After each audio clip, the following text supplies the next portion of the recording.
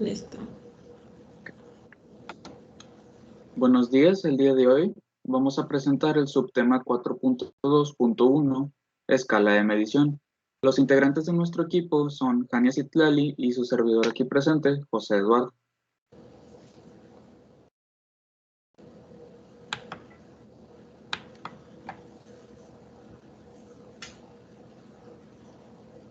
¿Qué es la escala de medición? En estadística se estudian datos, los cuales son la representación de atributos o variables que describen hechos, y estos al analizarlos y procesarlos se transforman en información. Para poder hacer esto, es necesario comparar los datos entre sí y respecto de referencias. Este proceso de comparación requiere de escalas de medición donde situar cada posible valor que los datos tomen, y por las diferentes características de estos, existen diferentes tipos de escalas, las cuales les presentaremos a continuación.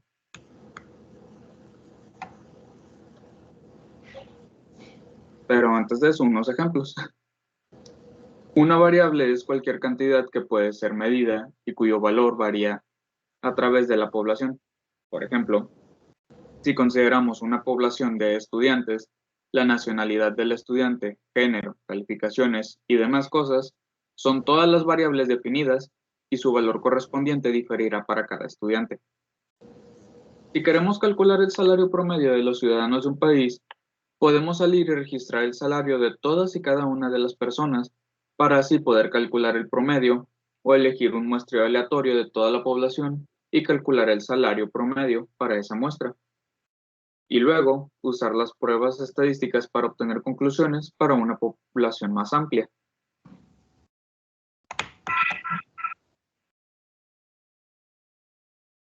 Ahora bien, las escalas de medición. En estadística existen 4 escalas de medición, las cuales son la nominal, ordinal, de intervalo y de razón. Vamos a explicar cada una de ellas.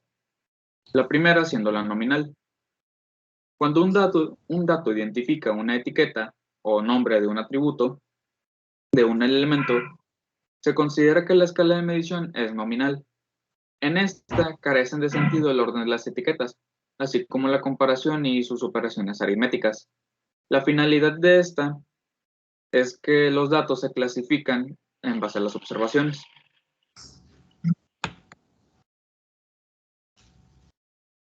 Luego tenemos la medición ordinal. Cuando los datos muestran las propiedades de los datos nominales, pero además estas tienen sentido de orden o jerarquía, se utiliza una escala ordinal. Luego vamos con la escala de intervalo. Los datos aquí tienen las prioridades de los datos ordinales, pero a su vez la separación entre las variables tienen un sentido. Este tipo de datos siempre es numérico y el valor 0 no indica la ausencia de la propiedad. Por último tenemos a la de razón.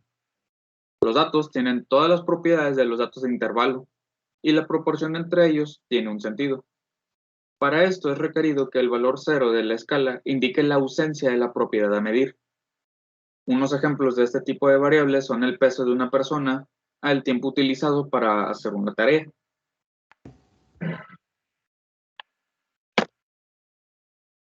Bueno, ahora como los ejemplos de las 4 escalas vistas anteriormente, tenemos el primer ejemplo de la primera escala, que es la nominal, y esta dice que hace preferencia, un ejemplo podría ser preferencia de comida, que es el desayuno, comida, cena.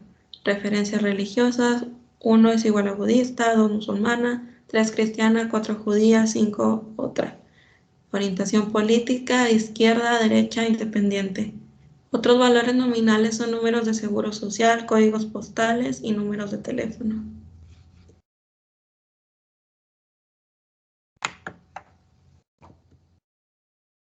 Un ejemplo de la escala de medición ordinal podría ser la clasificación: primer lugar, segundo lugar, último lugar.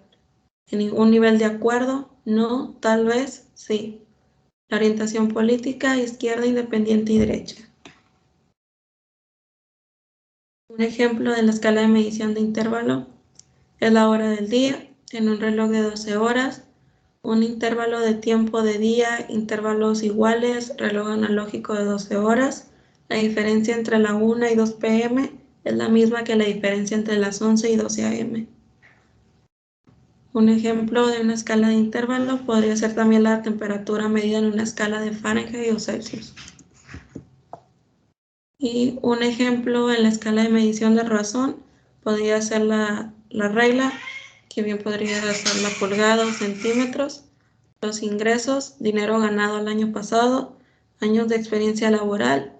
De razón, el tiempo de 24 horas tiene un cero absoluto.